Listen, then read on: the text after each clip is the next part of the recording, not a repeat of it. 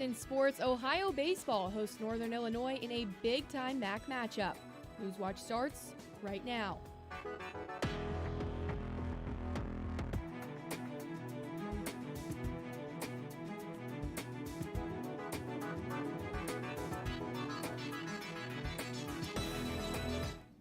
Cabell County Deputy Jeffrey S. Racer is resigning after hitting and killing a 13-year-old with a police cruiser. Good evening, I'm Emma Dollenmare. And I'm Morgan Anderson. Welcome to Newswatch. Cabell County Sheriff Chuck Zirkle confirmed Racer was driving the cruiser that hit and killed 13-year-old Jacqueline Laney Hudson on Friday, December 30th, according to WOWK. In January, the West Virginia State Police Sergeant B.K. Wellman said Racer was not intoxicated during the incident. As of January 20th, officials said Racer was not facing any charges. Racer was off duty at the time of the incident.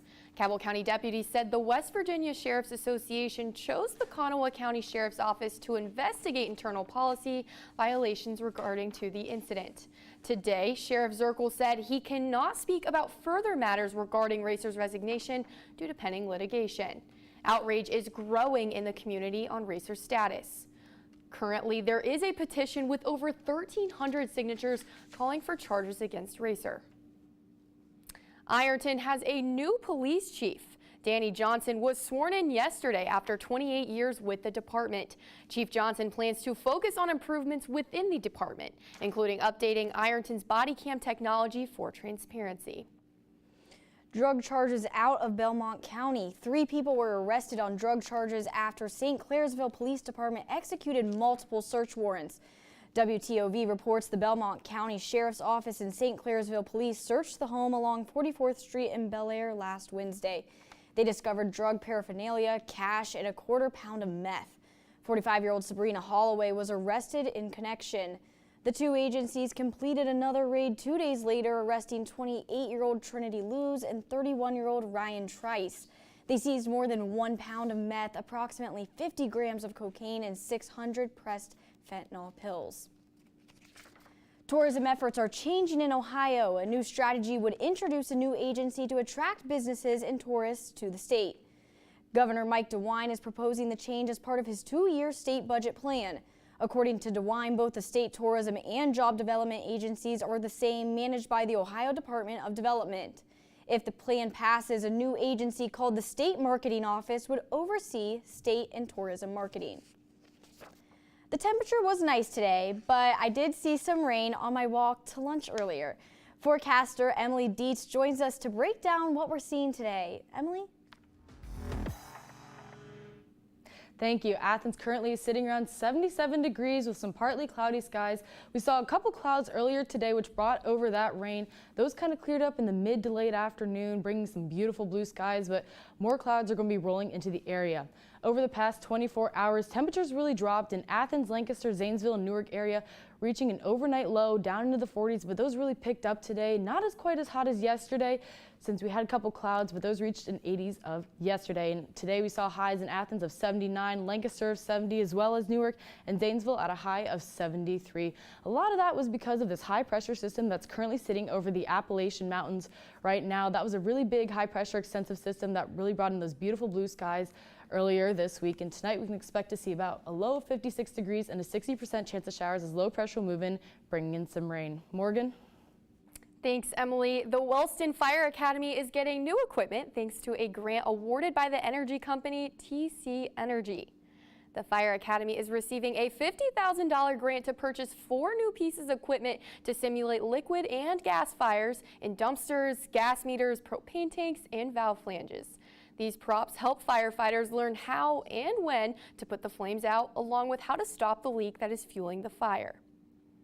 A state forester dies while fighting a forest fire in Fayette County. Cody Mullins of Mount Hope was killed by a falling tree yesterday. The 28-year-old was fighting a fire near Montgomery yesterday when the incident occurred. West Virginia Governor Jim Justice says he is heartbroken by the tragic news and is sending his condolences to Mullins' family.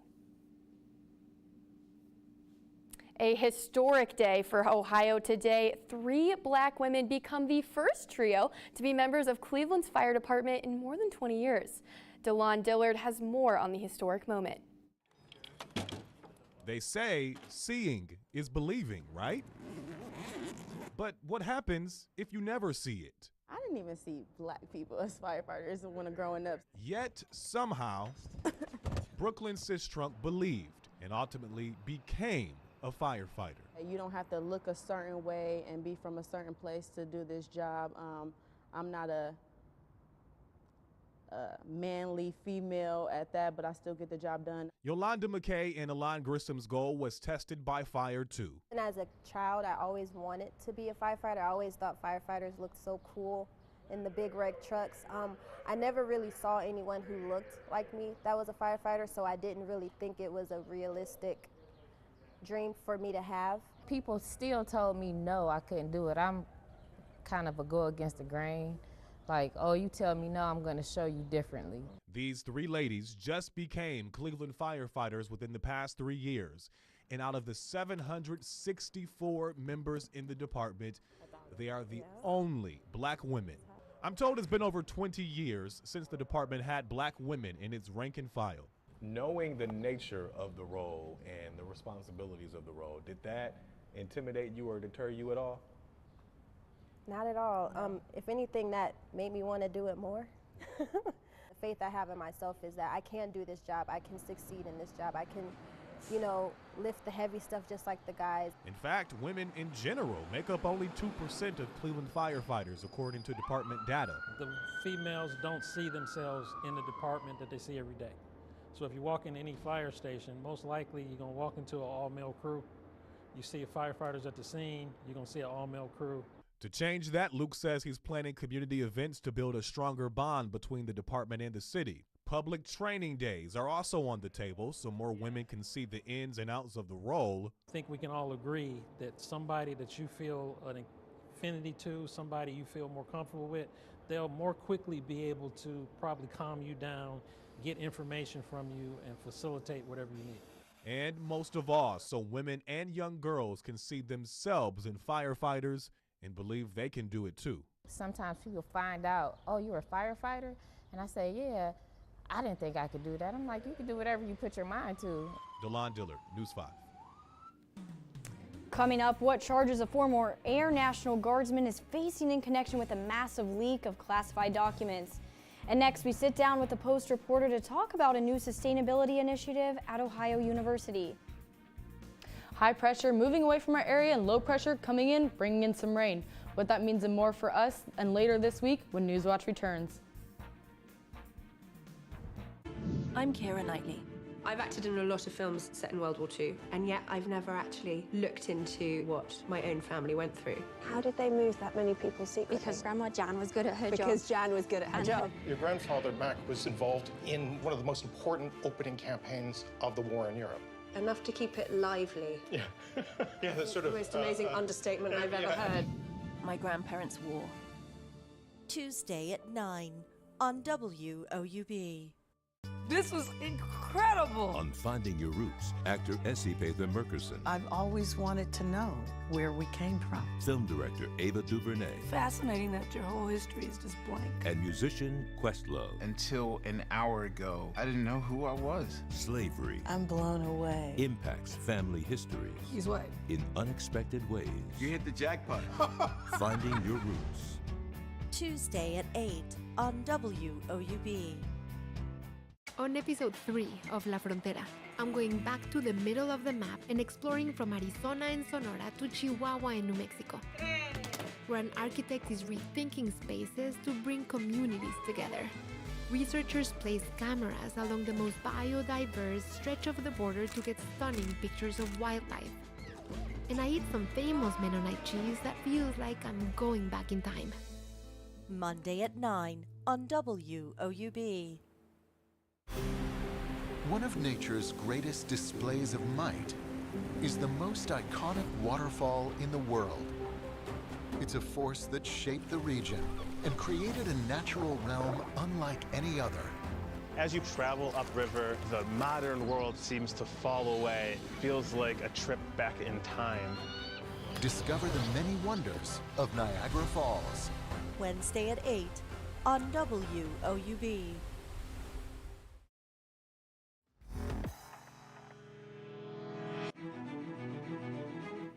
Sustainability is a priority for many students and faculty members on Ohio University's campus. So they're pitching a new approach for fundraising called the Green Fee. Projects reporter Liz Parch from The Post, Ohio University's independent student-run newspaper, joins us here in studio to explain all we need to know about the Green Fee. Liz, thanks for joining us. Thanks for having me. So first things first, as you talk about in your article, what exactly is a Green Fee?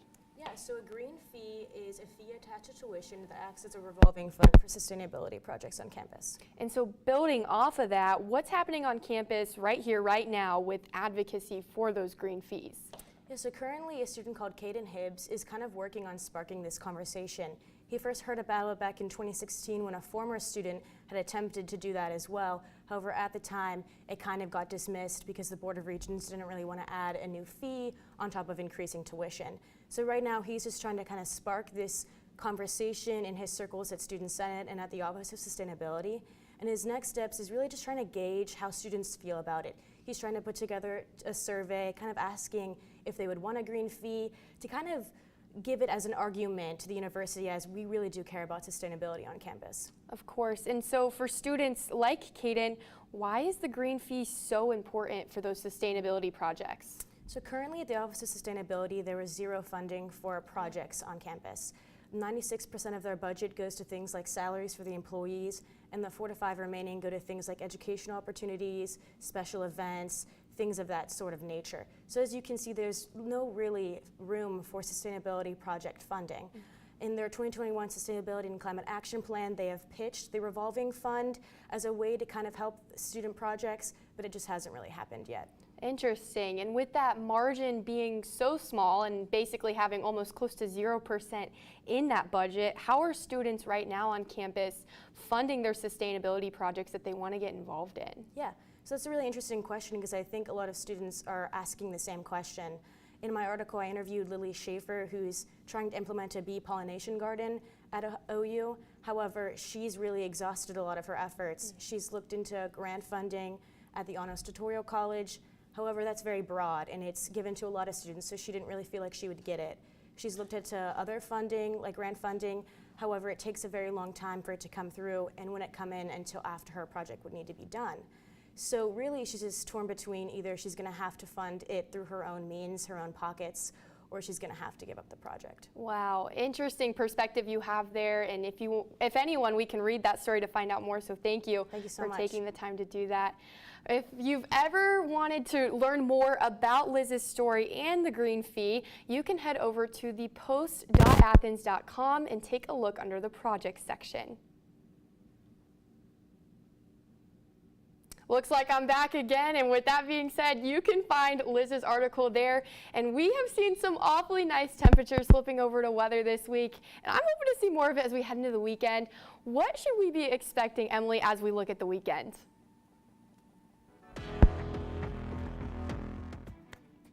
Yeah, weather this week looked really amazing. We had a high pressure system move through, which really allowed for a lot of that lovely weather to come in. Unfortunately, this weekend we are expecting some rain. Currently it is 77 degrees out with partly cloudy skies. We saw some clouds this morning that produced a little bit of rain. That cleared up a little bit. However, we're seeing more clouds move into the system. We saw a couple pop-up showers of rain, but that's just what they were, pop-up showers of rain. Maybe pop your umbrella up for about 5 minutes. However, nothing too severe. And like I was saying with that rain, that's going to come from this low pressure system that's beginning to develop. This high pressure system we saw earlier this week that created all that lovely weather is beginning to move away, unfortunately. So this low pressure is going to move up into our area, bringing some rain, some possible chance of thunderstorms. And something to keep an eye on is this low pressure system out here with this cold front. That's not going to impact us until Sunday, but that will bring a drop in temperatures, unfortunately. You can really see that right here with that blue area over here dropping with Rapid City at 39 degrees. Fortunately, we won't see temperatures drop that much. However, that is chilly temperatures, while we are currently sitting comfortably around the 80s and the 70s. Now, Athens, tomorrow we're expecting that 70% chance of showers from that low pressure, as well as a temperature high of 71 and a low of 56 with that rain. And tonight, a 60% chance of showers and a low of 56, more rain moving in. And tomorrow, that rain's going to move up into our area. And here's that low pressure system we're looking at, all of this band right here. Not going to hit us quite yet, but once again, a chance for thunderstorms. there's that 40% chance right there with a high temperature of 78 degrees, so still feeling those nice warm spring temperatures, but a low of 54. And tomorrow that low pressure begins to move into our area, and this low pressure begins to pick up, producing that rain. And Sunday, this low pressure really begins to move more eastward. That is a more developed low pressure system, so that'll be bringing all those temperatures. And Saturday, there's that 40% chance of thunderstorms, 78-degree temperatures. Sunday, 79-degree temperatures, so we'll still be feeling that with a 70% chance of showers.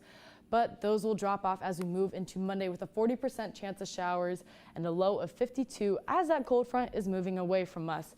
Now, as we move from Monday to Tuesday, those temperatures will still remain low in the 50s. However, that rain will move away, just leaving a couple clouds, upper level clouds. So we'll have some partly sunny skies, but as we move into Wednesday, those partly sunny skies will begin to be more strong. So we're expecting that UV index as well to be stronger. So make sure you're bringing out that sunscreen. Bring out your hats, long sleeves, long pants if you're going to be working outside. Sun's starting to get hot, as we saw earlier this week. A couple of my friends, I got a little sunburnt sitting outside, but those temperatures will also be picking up. So expect to be outside. Maybe take your dog for a walk or go to the playground and just enjoy a lot of time outside, as you'll see temperatures sit in the 70s and then move up to the 80s. Over to you, Emma. Thank you. A 21-year-old Massachusetts Air National Guardsman is in custody and is being charged in connection with a massive leak of classified documents. Jack Teixeira is charged with unauthorized retention and transmission of national defense information, unauthorized removal and retention of classified information, and defense materials. According to a probable cause affidavit, Teixeira has held top secret clearance since 2021. He was assigned to a 24/7 operational mission that gathers information from various sources and compiles it for some of the most senior military leaders around the globe. In light of the leak, the Pentagon says it is limiting who gets access to daily intelligence briefs. We continue to work around the clock, along with the interagency and the intelligence community, to better understand the scope, scale, and impact of these leaks. Teixeira is believed to be the leader of an invitation-only Discord chat room where the trove of documents was allegedly posted. Summertime is just around the corner, and a record number of Americans are getting ready for vacation. As the demand rises for vacations, so will inflation and trip costs. Ivan Rodriguez takes a look ahead at the summertime travel and what it could mean for your wallet. It's only April, but summer travelers are already eager to take to the skies. On Thursday, Delta Airlines reported record advance bookings for this coming summer. And in its travel forecast released this week, Expedia noted a 25% increase in online flight searches for the June through August period. I thought last summer was going to be the sold out summer because of this pent up demand for travel, but people clearly didn't get it out of their systems. They're ready to go again this summer. People are not going to give up on their travel. Airlines say they're prepared for the summer travel surge, but fears of meltdowns like those that crippled air traffic last year has the FAA allowing some major airlines to reduce their flight schedules at a few of the nation's busiest airports due to a shortage of air traffic controllers in an effort to reduce flight delays. Let's remember those lessons we learned last summer, bring them into this summer, book those early flights when possible, direct flights when possible, and keep it all in a carry-on. The surge in demand for flights also means vacationers are likely to pay more. Airfares are up over last year, increasing by more than 17%, according to the latest federal inflation data. Yet higher prices don't seem to be deterring future flyers, and there are still deals to be found. Book on Sundays, travel on Wednesdays, and the sweet spot to get the best deal on domestic airfare is 21 to 60 days out. I'm Ivan Rodriguez reporting. We've seen scorching weather in Athens this past week. Can the Ohio baseball and softball squads stay hot as well? We'll take a look after the break. And to stay up to date on the latest from Newswatch, check us out on Instagram, Twitter, and YouTube. This was incredible. On Finding Your Roots, actor Essie Pather Murkerson. I've always wanted to know where we came from. Film director Ava DuVernay. Fascinating that your whole history is just blank. And musician Questlove. Until an hour ago, I didn't know who I was. Slavery. I'm blown away. Impacts family history. He's white. In unexpected ways. You hit the jackpot. Finding Your Roots. Tuesday at 8 on WOUB. WOUB is recognizing members of our Cornerstone Society. The Cornerstone Society is a group that wants to ensure the future of public media in our region. It includes people across our area who value news, entertainment, and cultural programming, as well as the educational services WOUB provides. Also included are graduates of Ohio University who took part in the WOUB Student Professional Development Program. Thanks to the Cornerstone Society for their generous support. To learn how you can be involved, email woub@woub.org. One of nature's greatest displays of might is the most iconic waterfall in the world. It's a force that shaped the region and created a natural realm unlike any other. As you travel upriver, the modern world seems to fall away. It feels like a trip back in time. Discover the many wonders of Niagara Falls. Wednesday at 8 on WOUB. I'm Keira Knightley. I've acted in a lot of films set in World War II, and yet I've never actually looked into what my own family went through. How did they move that many people secretly? Because Grandma Jan was good at her job. Because Jan was good at her job. Your grandfather, Mac, was involved in one of the most important opening campaigns of the war in Europe. Enough to keep it lively. Yeah, yeah, that's sort of the most amazing understatement I've ever heard. My grandparents' war. Tuesday at 9 on WOUB. Welcome back. I'm Ethan Sargent, and we've got some sports. Let's lead off with the Ohio baseball team, who are in battle as we speak against Miami of Ohio. The Battle of the Bricks is underway from Broadbent Stadium. First pitch was a little under an hour ago at 6 p.m. As of right now, the Red Hawks lead it 4-0 in the top of the fourth inning. As for this weekend, there have been a few schedule changes. The third game of the series has been moved to a doubleheader on Saturday as poor weather is forecasted for Sunday. The first game will start at 1 p.m. tomorrow. After the Bobcats fell to Marshall Tuesday, Coach Craig Moore looked ahead to this big series. There's going to be energy on both sides of the field, and so our guys, they understand the significance, not only just because of the rivalry, but also what it can do in the conference standings with the big weekend against them. After another successful home series, the Ohio softball team will hit the road to take on Northern Illinois this weekend. The Bobcats will play the Huskies 3 times in DeKalb, with games 1 and 2 being a doubleheader tomorrow and the rubber match of Game 3 on Sunday. As of now, Ohio leads the MAC standings with a 13-5 overall conference record. They took 2 of 3 from Kent State but lost the final game 9-3 on Wednesday. With just 4 MAC series remaining until the end of the regular season, the Bobcats will be keen on maintaining momentum, which has seen them win 13 of their last 16 games. Led by the strong pitching duo of Kylie Kofelt and Skip Miller and the hot bats of Alexis Daw, Emma Hoffner, and Analia Paoli, Ohio has the potential to have a special late season run. First pitch is set for tomorrow at 2 p.m. And Pruitt Field will be the site of the Cherry Blossom Invitational as Ohio hosts their annual spring track meet. The Bobcats are coming off an impressive Golden Eagle Invitational in West Virginia, where many Ohio personal records were shattered.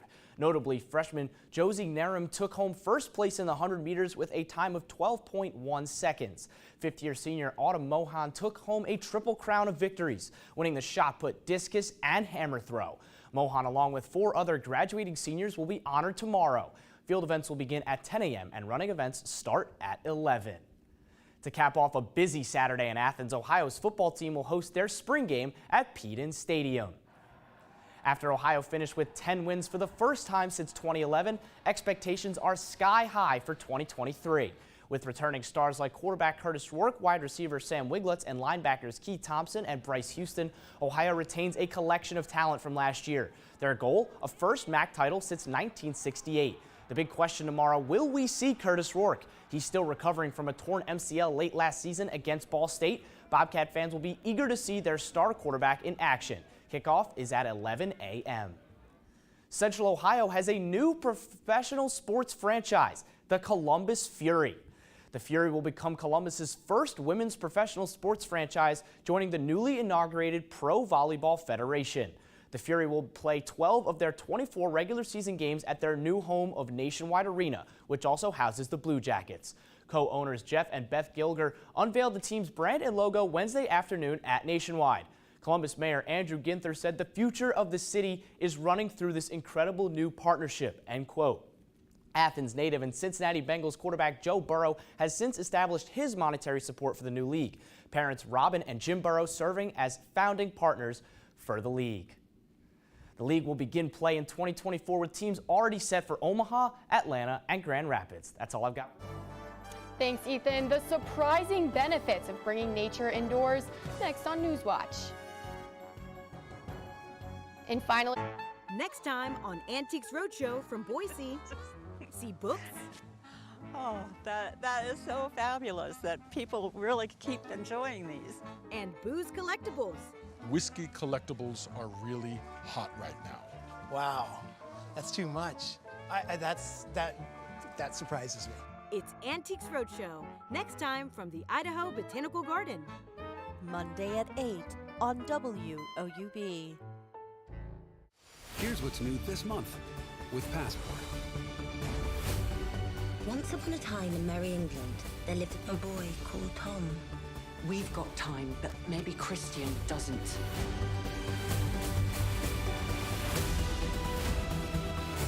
More resilient in the natural world must be the key. These and all your favorite shows are available with Passport. Support your PBS station and stream more with Passport on the PBS app. One of nature's greatest displays of might is the most iconic waterfall in the world. It's a force that shaped the region and created a natural realm unlike any other. As you travel upriver, the modern world seems to fall away. It feels like a trip back in time. Discover the many wonders of Niagara Falls.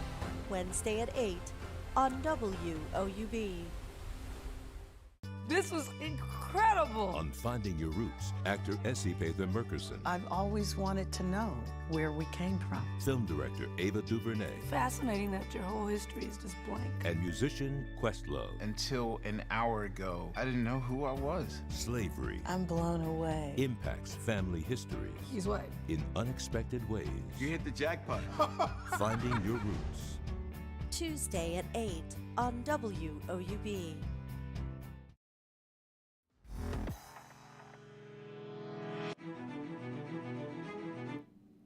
And finally tonight, houseplants are often used to decorate homes, but bringing nature inside may also help your health both mentally and physically. A doctor at Ohio State's Wexner's Medical Center says tending to plants can help reduce stress, improve focus, and positively affect your mood. Plants also have another important role in your homes: air cleaners. One study said air purifiers and filtration systems meant to make the air inside homes cleaner don't remove all pollutants in the air. Researchers suggest plants could be used in addition to help clear the air. Oh my goodness, I don't know about you guys, but I'm a terrible plant mom, so I don't even know if I could add that. I don't know either. Cacti count? I always opt for the fake ones because I'm all about the decoration, but not about the maintenance. But Emily, could you tell us a little bit about what we can expect for our weather for the rest of the week? Oh, for sure. Those April showers will hopefully be bringing those May flowers this weekend, as tonight we're expecting a 60% chance of rain with an overnight low of 56. That low pressure will be moving up from the area, bringing that rain tonight, and that low pressure out west will be bringing it in later this week with a chance of thunderstorms tomorrow at 40% and a temperature high tomorrow of 78 and a low of 54. And Sunday, we really see the advancement of that low pressure system and that cold front, bringing those cooler temperatures that we'll expect to see on Monday and Tuesday. However, those will move away later in the week, so we'll be back to those lovely spring temperatures on Wednesday, Thursday, and Friday. And that does it for our broadcast this evening. Thanks for watching. I'm Emma Dollenmayer. And for all of us here at Newswatch, I'm Morgan Anderson. Stay tuned for the PBS NewsHour coming up next. Have a great night.